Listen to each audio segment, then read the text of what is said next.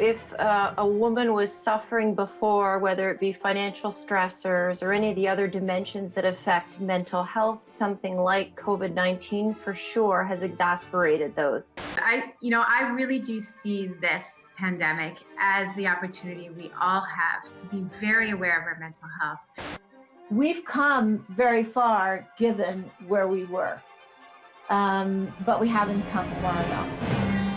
From the Zoomerplex in historic Liberty Village, the Zoomer with Libby Znaimer. Welcome to the Zoomer. I'm Libby Znaimer. When it comes to COVID-19, there's a substantial gender divide.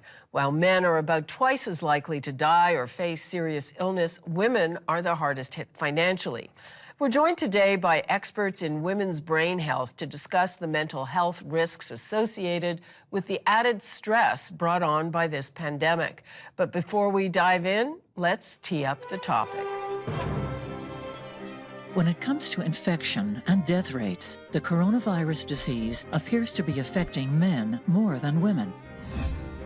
But the social and economic disruption caused by the virus has hit women harder. Here's why. According to StatsCan, more than 6 in 10 lost jobs were held by a woman. Women were also more likely to see a reduction in hours worked. At the same time, women typically shoulder a greater burden of care. Women perform 3 times as much unpaid care work as men, and caring for relatives with the virus adds to the burden.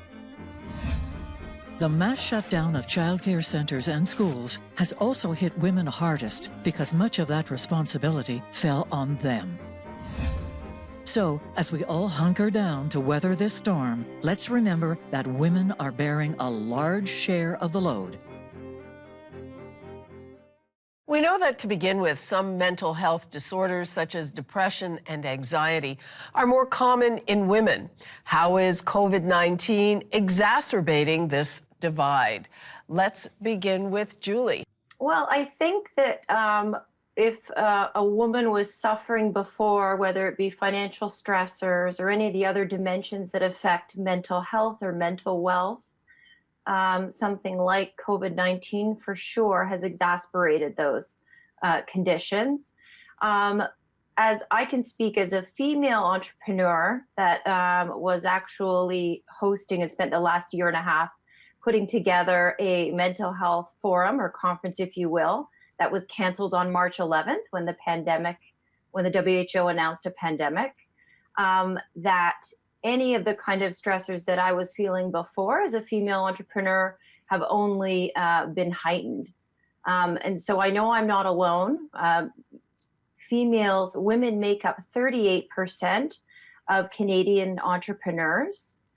And the interesting thing about that is many of them were already working from home, were included in the small to medium enterprise, but came from a place of unemployment as opposed to employment. So they were starting a new venture from a place of unemployment. So they were experiencing the financial stress of that, the self-isolation of working from home. So all of these things definitely have been heightened through COVID-19. Dr. Stacey? Thanks, Libby, for having me. And I would just highlight what Julie was saying in that I always say that the quickest route to poverty is motherhood, actually. And many of the entrepreneurs, female entrepreneurs, are mothers who choose that route in order to have some flexibility because it's important for them to be there for their children. They want to experience their children. And traditional work life in the corporate world, in a 9-to-5 type of world, really puts restrictions on their ability to do that well. And so what we have now are women with added responsibility of taking on all the roles. They have lost their village, so to speak. And because of the way women are socialized to be the caregivers, to take care of everybody, to accommodate, this is what our society teaches to be a good woman. She has that in her mind all the time. And so one of the, I call it the sneaky stress, is this, what we've come to call emotional labor. She is the one who's making everything great for everyone else. And in most circumstances, everyone else, including the men, and including the men in organizations, just gets to show up and do the work. Okay, so if you look at any organization, you'll see that pyramid, and that's part of what we know called the patriarchy, and it's endemic everywhere. So now that this virus has had us indoors working together, what I'm seeing with my clients who are working women with another partner who also works is when it's typically a male partner, his job is taking precedence, regardless of what the dynamic is financially. And she is burdened with trying to figure out how to work while taking care of her young child, while trying to maintain sanity, the household. It's a lot. So I'm not surprised to hear that more women now are feeling the impact of this even more so. Dr. Einstein, is there anything in the makeup of a woman's brain that would cause women to have more stress from COVID? No, actually, I wouldn't say so. I would say women are more responsive to social stress, something in particular called social stress, than men. But I actually think most of the stressors for women right now have to do with gender and not so much with sex differences and brain differences. So for example, roughly 70% of the people who are first responders, the people taking those 911 calls in teeny weeny little booths, those people are women. And I'm sure they're under much more stress now than they've ever been before. And they were under quite a bit of stress before. We did a study on first responders, a really kind of typical gendered work. And they had higher, what are called allostatic loads or total measurements of stress than the men they worked with. It's also true that 70% of the people with Alzheimer's disease are women. And so that means that a large percentage of people who are prodromal or prior to Alzheimer's disease, people with MCI, for example, are women. And what I think may be the case is that the stress of social isolation now is going to affect them quite heavily. And the last point I wanted to make was that before COVID-19, 70% of the people giving care were women. And most women, even if they weren't formally caregivers, devoted 20 hours a week of work on top of their regular jobs. Now, just imagine what's happening to women where they're responsible not only for taking care of an elderly relative who might live in their home, but their children, as they're responsible for their children's education now at home. So I think we're going to see that most of the effects are going to be about gender and not so much about sex. That said, I have read that there's some clinical trials in the United States that are just starting, looking at estrogens and progesterone to see if those hormones that are at higher levels in women might not be protective. So those also affect the brain. So we'll see what the story is on that. Okay. Coming up, is there a gender bias in women's brain health research? That's next. Modeling drug interactions in male animals, even for diseases that are primarily most common in women.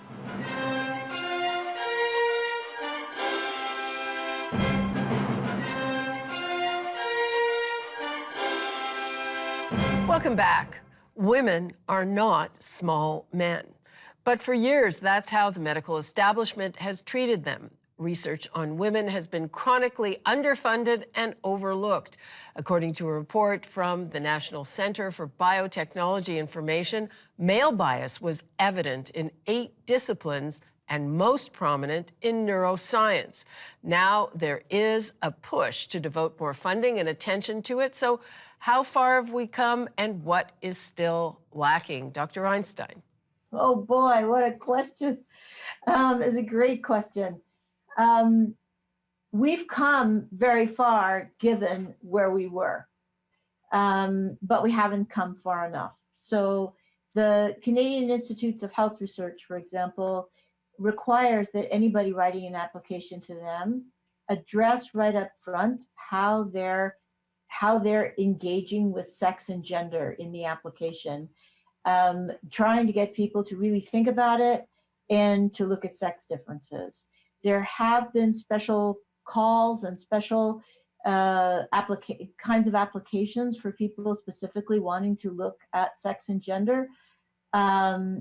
Wonderful organizations like the Women's Brain Health Initiative really focus on increasing awareness of women's brain health and the fact that women are 70% of the sufferers of Alzheimer's disease.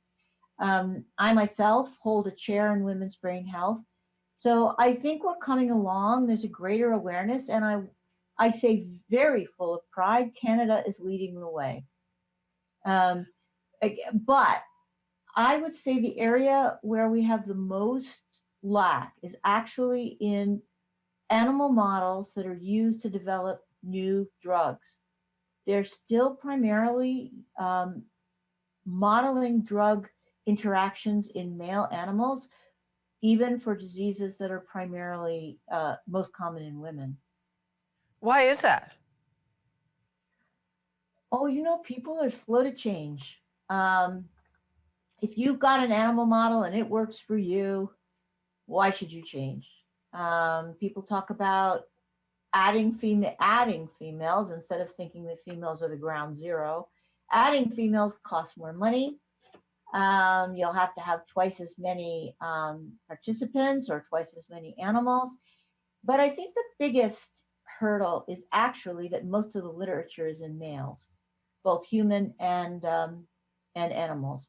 And so people want to design their experiments based on what's already known. And what's already known is mostly about males. So to convince people to step off the platform and try something new, as in any area, is difficult. Dr. Einstein was just talking about animal models, and I'm throwing this open to whoever wants to respond. When it comes to human clinical trials, where are we at with the recruitment of women? Because, for instance, it's fairly recent that we started to learn that heart disease and heart attacks present very differently in women, and their outcomes are very different and all of that. So it's brain health, but it's not just brain health. So what about clinical trials, human ones? I think women are becoming more active in clinical trials and certainly in clinical databases. So one of the issues we have actually in the Canadian Consortium on Neurodegeneration and Aging, where I'm lead of a cross-cutting program on women's sex, gender, and dementia, one of our problems is right now we have more women than men enrolled. So it's hard to do a comparison because there are fewer men. Why are there more women? Well, in this case, it's because I think women want to help out at that age. So we're doing better, but it's still very hard to get women to actually enroll themselves in clinical trials in their childbearing years because we're so incredibly busy during those years. So part of it was originally an exclusion of women because of the concern that a drug would be tried and a woman would be pregnant and something would happen to the fetus. So it was a very protective stance toward women that they weren't recruited. Now there's much more of a sense of justice that every group deserves to be recruited to clinical trials. But I think in some sense now, women are just not enrolling themselves because in the reproductive years, we're so busy. So I think it behooves all of us to actually encourage women to participate in these trials. Dr. Estelle? Well, I was going to pick up on the point that Gillian was saying about people with dementia. And because women are overrepresented among the population with dementia, what we find in our research is that we do have many women, and that's actually really interesting for the technology studies, because we're doing a lot of work with with people with dementia as the users or future users of technology. And so we have actually a large amount of it is being influenced by women's needs and aspirations in terms of their life and living well with dementia. And so actually they are influencing the way some of the technology is developing, the interfaces, the types of future products that we will have. So I think in some ways that's a positive, because they are currently the bigger group of people who are affected by dementia. Dr. Wilkinson? Yes, I think that I would just like to echo what the other two panelists shared about how there has been this shift, or we're witnessing a shift. So we are seeing more representation of women. We're seeing the changes happen by these incredible organizations such as the Women's Brain Health Initiative, which is bringing awareness to this issue.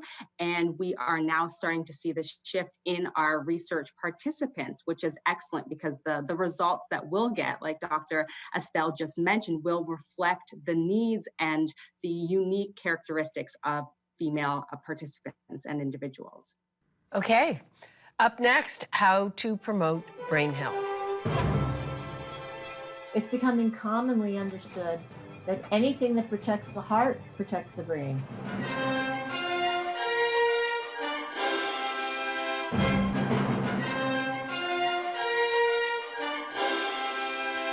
When it comes to women's brain health, one thing is clear: our brains work differently than men's. With that in mind, the tools and treatments we need to maintain and improve our brain health must also differ. So, what should women know when it comes to promoting brain health? Dr. Einstein. Well, I think it's becoming commonly understood that anything that protects the heart protects the brain. So exercise, good diet, stress reduction, keeping yourself socially active, even if it's on Zoom, and mentally alert. Those are all great things to help your brain, and most of them will help your heart as well. So those are the kinds of things that are recommended. Dr. Wilkinson, how easy is it to stay socially engaged with friends at this time? I think that it is quite a challenge in this current sort of climate with social distancing for us to stay socially connected in our traditional format.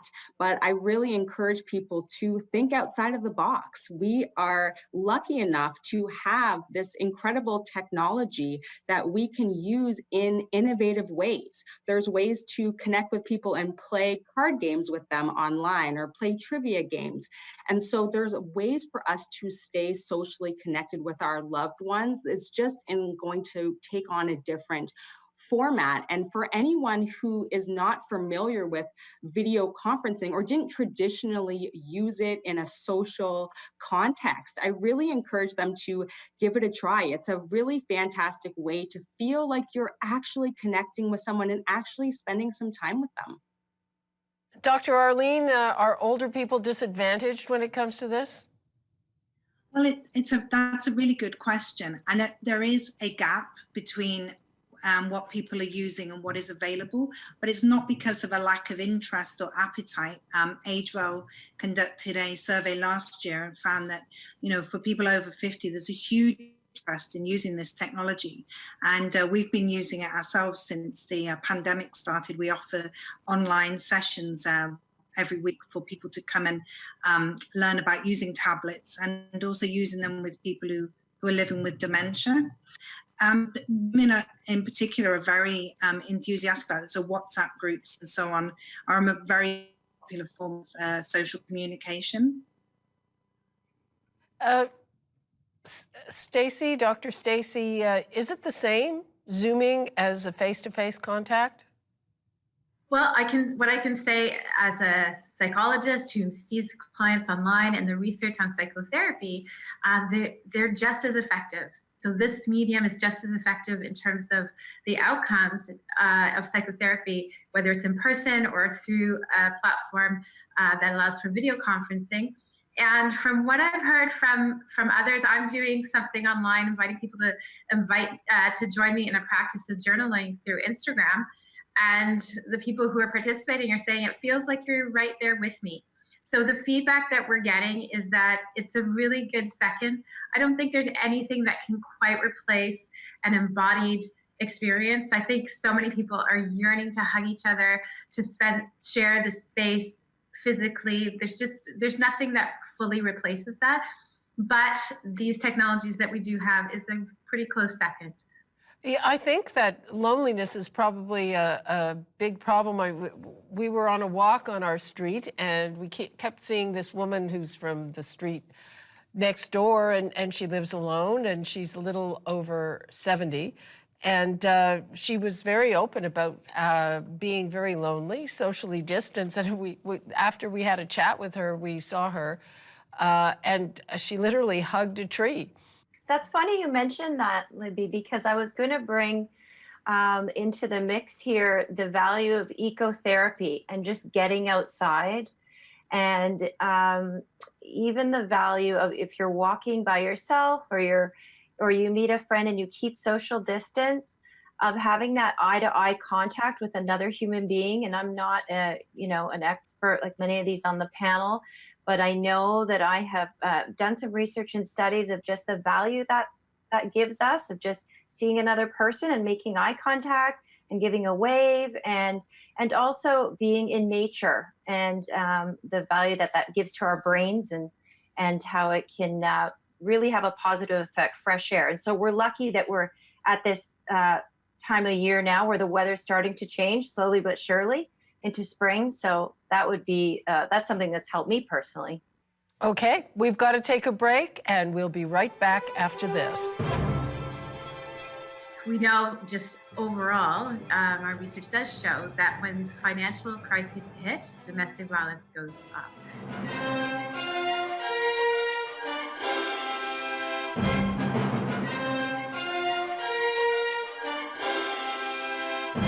Welcome back. Recently, Prime Minister Justin Trudeau acknowledged that this pandemic is having a bigger impact financially on women. They're more likely to work in the hardest hit industries like restaurants and travel, and less likely to be hired back at the same pay. This is what the Prime Minister had to say. On women particularly that we've seen have been extremely impacted by this economic challenge as well as a health challenge. We have moved forward on supports for them, particularly more emergency supports for women who are facing challenges of domestic violence. But at the same time, we know we have to do more. The importance of childcare has been yet again emphasized, that as we move towards an economic restarting, there needs to be more and secure childcare spaces for people to get back into the workforce. These are the kinds of things that we're going to have to think about, both in the immediate, but also for the longer term, to make sure that equality in this country is more than just a goal, but is a concrete reality. Dr. Wilkinson, so we've seen on the one hand that women are in the industries that are hardest hit, but they're also on the front lines, but in some of the occupations that are the lowest paid. What do you make of that? Yes, I absolutely think that there is a specific financial consideration that is affecting women, particularly during this pandemic.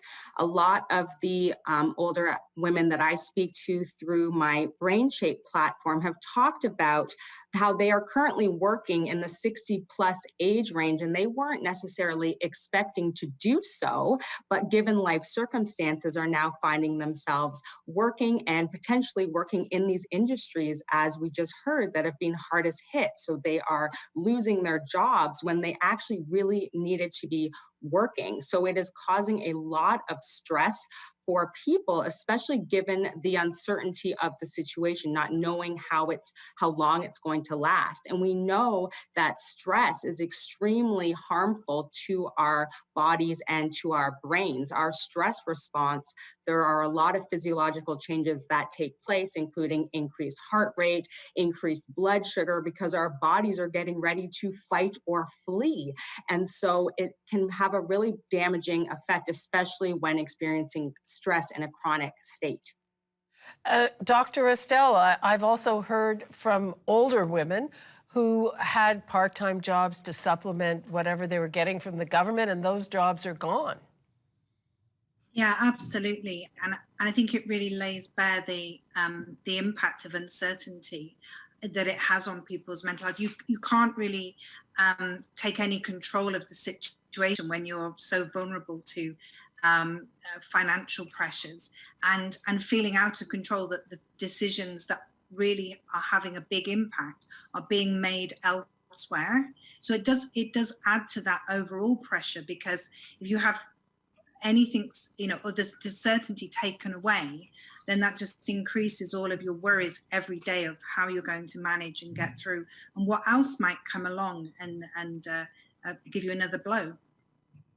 Dr. Stacey, what about women who are in precarious situations? Now, we hear anecdotally that violence against women is up. I know that I asked a police spokesperson about it a couple of weeks ago, and she said that the statistics don't bear it out, but that doesn't mean it's not happening. Certainly, I've had a couple of clients in my practice who've been faced with that challenge. We know just overall, our research does show that when financial crises hit, domestic violence goes up. And so, and the challenge with this particular crisis is, where do people go? It's, so I think that it's important when I'm talking to a client in that situation, what someone in that situation needs to know is that they need to have a safety plan. And that safety plan is something that they can work out with their safety person. And if there is no person, hotels are still open.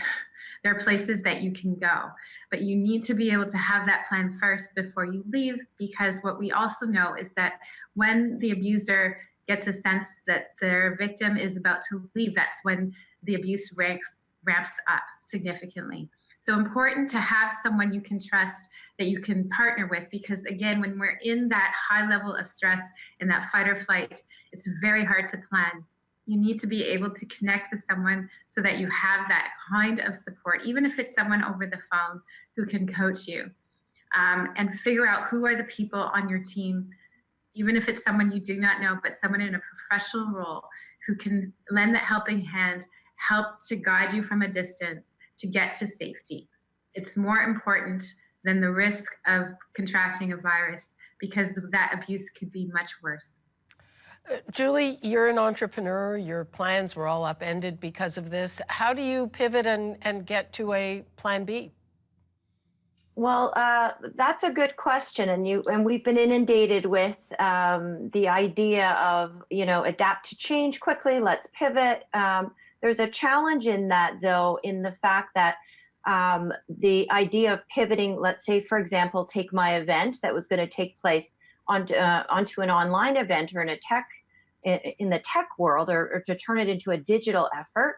That again takes manpower, it takes resources, it takes money. And myself, like many of the other majority of women entrepreneurs in Canada, don't always have access to that.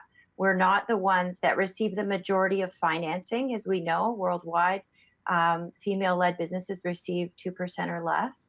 We're not the ones that are in the tech space, as we've already covered. We're in more service industry, caretakers, nurses. So we're not around that.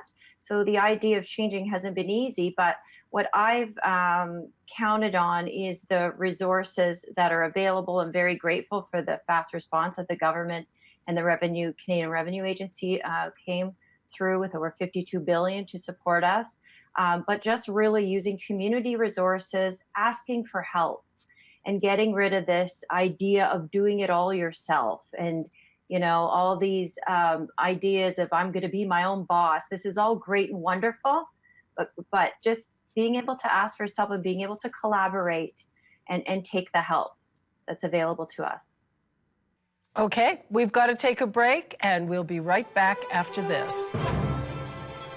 Looking at the impact of hormones and the change in fluctuations of hormones, especially post-menopause, and what kind of role that has on our brain function.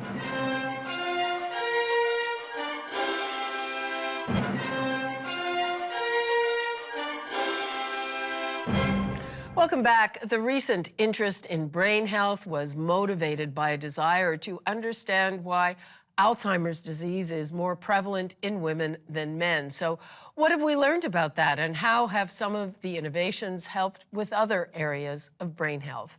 Dr. Einstein. Well, this is my favorite topic. I think we are engaged in this large question internationally. Why do more women than men have Alzheimer's disease? There's a controversy about whether it's because women live longer or whether there's something about our biology that actually predisposes us to it.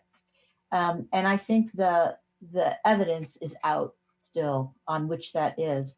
But one very active hypothesis, or one thing that we're all thinking about, is reproductive hormones. Does the loss of what's called 17-beta estradiol, one of the estrogens, does that loss and decrease at menopause tend to tip the balance for women? There are many wonderful, beautiful studies looking at the effects of estrogens on actual brain cells, individual neurons. And it shows that estrogens lead neurons to create more connections, to actually grow, and basically just actually to increase the generation of neurons in parts of the brain that actually generate neurons. So it looks like it's a really important growth factor and maintaining factor for brain health. And since it seems to be so important for women over the lifespan, the thinking is that the loss of it may be a detriment. So many people are now focusing on the menopause and the perimenopause, that period just before menopause when estrogen levels are changing, and looking at the effects of the loss of estrogens. In my lab, we're actually focusing on women earlier in life. So if you really want to intervene in Alzheimer's disease, we need to start earlier than in menopause and natural menopause. So we're studying women in their 40s, actually. Some of them are age-matched controls, women who don't have any previous surgical issues or any cancer. And then the other group are actually women who had their ovaries, the main estrogen-producing organ, removed before they would have naturally gone into menopause. And this places them at twice the risk of Alzheimer's disease later in life as women who keep their ovaries. So we're trying to understand that. And the sort of larger picture on that is that there are lots of reproductive things that happen to women early in life, not just ovarian removal. So, women have spontaneous ovarian failure, women get cancer, they have chemotherapies, et cetera, et cetera.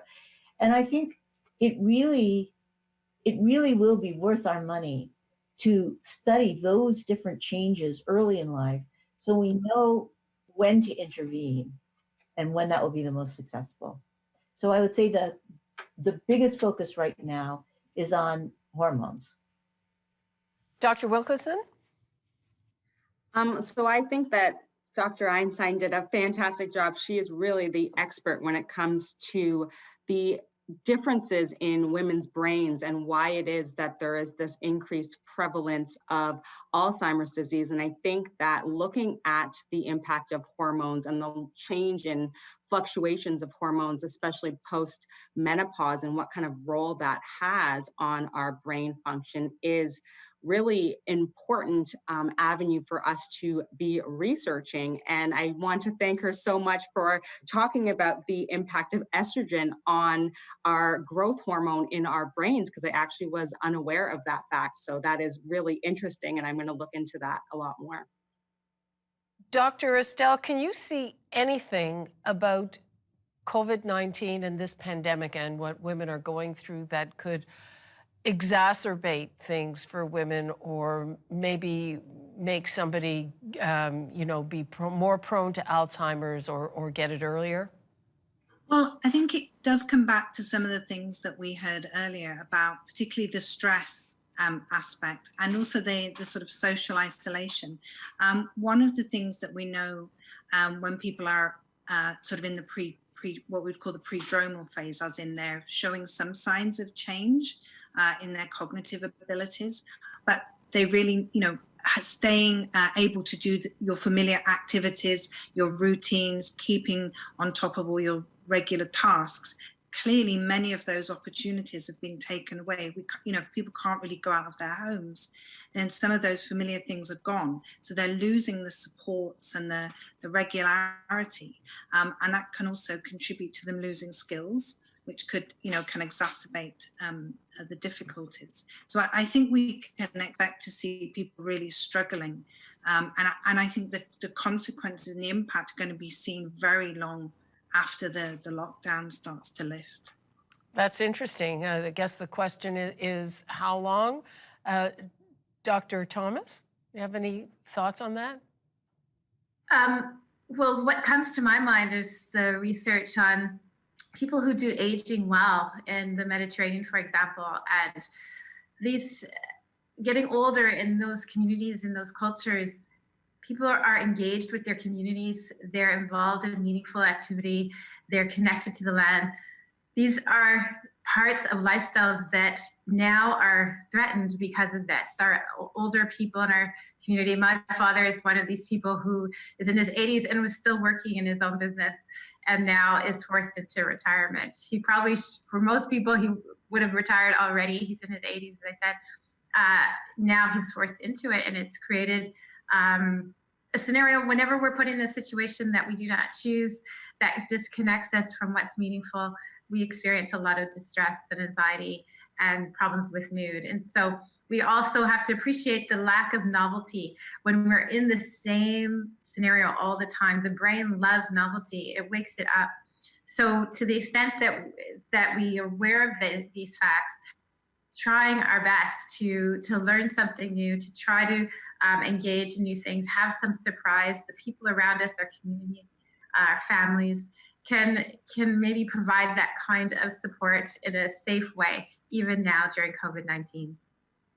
We need to take a short break. We'll have final thoughts when we come back.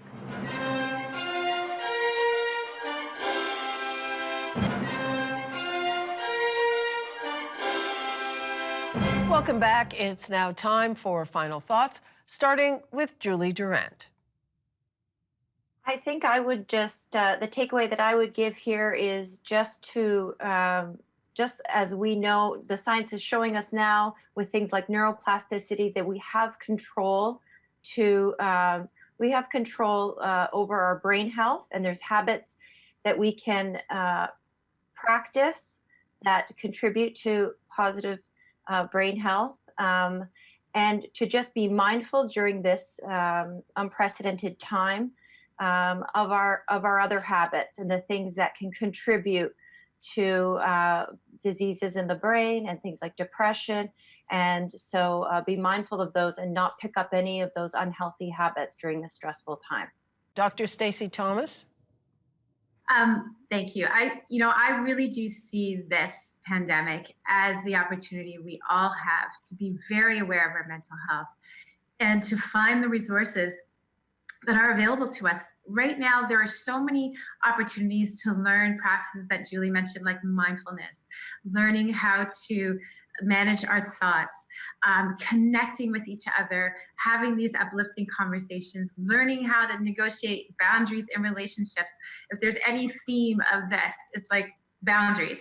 We are now all inside, behind the boundary, behind the walls, and discovering we don't know how to express our needs. We don't know how to be assertive with what it is we're asking. We're not really good at listening. These are all skills that we can learn. And when we do this, we learn how to manage our nervous system. We learn how to connect. You know what? That's good for our immunity. So this is the thing that we're all being pushed to learn. It's no longer about someone else taking care of their mental health. We all need to walk the walk. The tools are there. Look for them, use them, practice. Dr. Arlene Estelle. I think one of the things it's showing us is about the opportunities for drawing on technologies to help us stay connected and help us also engage in some of those new activities or things like exercise. In Age Well, for instance, I have colleagues developing a virtual gym. So it's keeping hold of those positive activities. And if we can't do them externally, trying to use technology resources to do them at home so we can keep on top of our physical and mental health and keep engaged and keep active. Dr. Jillian Einstein. Well, I think optimism is good for the brain. And so I think we need to stay optimistic, to think about the good things that are happening now. For example, I would never have started meeting with my nieces and nephews every Sunday on Zoom if this hadn't happened. And it's really terrific. And also, I think about the opportunity. You know, I don't think it's been since Noah and the ark that the world has stopped. And the world stopped, and we have a chance to change it. We have a chance to be better when it starts again, and to really think about how we want it to start. And so that sounds like a big recipe, but I think it's important to think about that as we go about our days in isolation right now. Dr. Andrea Wilkinson. I think that this pandemic is really affecting people in such a different sort of varied way. So it's affecting all of us differently. But what I'm seeing in my community of older adults is that people are really craving connection and support. And that, of course, doesn't come as a surprise. But I just want to remind the viewers to really look for those places where they can connect with other people, connect with like-minded people, and get the support that they need. So they can find those connections in some unexpected places, for example, through social media groups, and looking to connect with your family members, like Dr. Einstein just mentioned, connecting with family members that maybe you weren't talking to on a regular basis, that you now have this opportunity to connect with. And if people are looking for individuals to talk to and to share their story, I invite people to find me on social media at BrainShapeTO. I am so keen to talk to people and to listen to their stories and to really use this opportunity as a moment to be connected and to support each other. Okay, that is all the time we have. Thanks for joining us. We'll see you soon.